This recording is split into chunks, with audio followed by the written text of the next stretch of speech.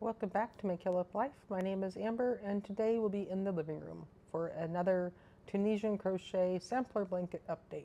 And this will be squares 33 to 36. So let's get into it. So square number 33 is going to be called Yarn Over Lace, and as usual all tutorials I use to do these stitches will be linked below. And this one was one of those ones where I did it and it does not look like the person's demonstration sample. I don't know what I did wrong. I redid it multiple times and I'm confused because this is supposed to be a lace pattern. To me it looks ribbed and very structured, and to me lace should be open and loose, and this is not. I guess if you stretch it a bit you can find the holes, but that's true for all crochet. And I even did this to show myself. So this is a combination of, well, it's a simple 2 stitch together, which is a really long clunky name for the stitch. So instead of a simple stitch going through 1 loop, you do a simple stitch going through 2 loops and it becomes a decrease. And so you do a regular decrease, and then on the next stitch you do a yarn over and then the 2 together. And what gets interesting is when you get to the next row after your foundation row, when you're doing your stitch, you're picking up your yarn over as you do one of the bars from one of the simple stitches and then your yarn over, and that combination is supposed to make it be an interesting stitch. And that's what all of this is. And I said that is not lace, something's weird. And so I tried picking up different things, thinking maybe I wasn't following the person's directions very well. I couldn't see very well, so I'll choose 2 different bars to use. And it ends up making a very distinctly ridged pattern, which I thought was very curious.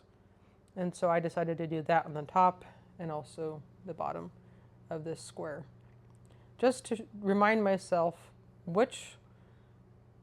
the yarns that you pick up with each stitch makes a huge difference in the pattern. So you get this rib texture or you get this more flat pattern. But once again, it's not open, it's not lacy, I don't understand, but I gave it my best shot. So this is number 33. Number 34 was also a very interesting one. I think my fabric turned out more like what the person showed. So this is called a ribbed striped stitch. And this was just a very curious tutorial altogether. I had to stop it and really think about it and go, is this really Tunisian crochet? There's an odd combination of Tunisian crochet and regular crochet. Here's Tunisian crochet. You turn it over, and Tunisian crochet overall, generally, has a very similar look in the back. It's a very regular pattern. It'll change a little bit, but not a whole lot. But it almost always has a distinctly front side and a back side. And one of the things that this person was going on and on about is, oh look, the front looks the same as the back. I'm like, wow, that's really curious. So this one is a simple stitch, a row of simple stitch, which is right here, and then you do a bind off row, and then you turn your fabric, and then you do a row of simple stitch and a bind off row, and then you turn. It was the oddest pattern I've ever run across so far, the most mind twisting, and she included the extra chain 1 on the beginning and chain 1 at the end, which is very traditional in regular crochet, but I don't necessarily see that in Tunisian crochet. So this was very, very curious. It makes a very interesting pattern. I do think that my ridges don't look exactly, or my ribs don't look like hers exactly, but that could simply be when I bind off, I go through both loops. It's not showing very well here, but on the edge of my work, I go through both loops when I'm binding off. I don't just go through the front loop. And that causes a distinct pattern change. And I've noticed that in my normal work when I'm working on stuff, is that if I don't go through both loops, then you get a different stitch that shows up and not. So the fact that my ribs don't look the same as hers doesn't really surprise me. It's probably because of how I picked up my stitch. But the whole working of this and the both sides being the same, this whole thing, this whole tutorial was a little twisted in my mind a little bit, but it was an interesting challenge. And at the end of the day, it was not a difficult thing to do. It was just different. So it got me curious, and I want to do more of her tutorials and just see, is this what she usually does, or was this just a particularly curious pattern? So that's number 34. Number 35 was once again a matter of interesting naming, and I was just a little bit confused. This was a braided stitch number 2, and you have 3 simple stitches, and then you have a gathered stitch, 3 simple stitches, gathered stitch. I don't know what the proper name for these are. It's gathered, it's shells, it's ripples, I don't know. But this is true for Tunisian crochet, that when you do these gathered stitches where they're all coming together like this, that's worked in the return pass. And so your front passes are extremely boring. You're just picking up all the loops, but then the pattern is worked when you're going backwards. So here you're pulling through 2 as you go back, here you pull through 4. But it's pull through 2, chain 1, pull through 4, chain 1, pull through 2, 3 times, and so forth.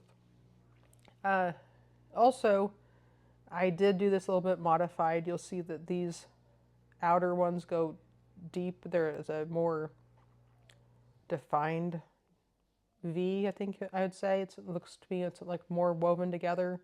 And that's because I did not follow her little instructions, because it slowed down the stitching time and also was just more annoying. Because when you're picking up the loops going forward, she was saying work on the top of the chain, because you have our chain 1, your gathered, and your chain 1. And she was saying work on the top of the chain, work on the top of the gather, work on the top of the chain. And working on the top of the chains are really hard and annoying and fiddly. And so I just went straight through the big hole the chain left, which I believe in Tunisian crochet is called a full stitch.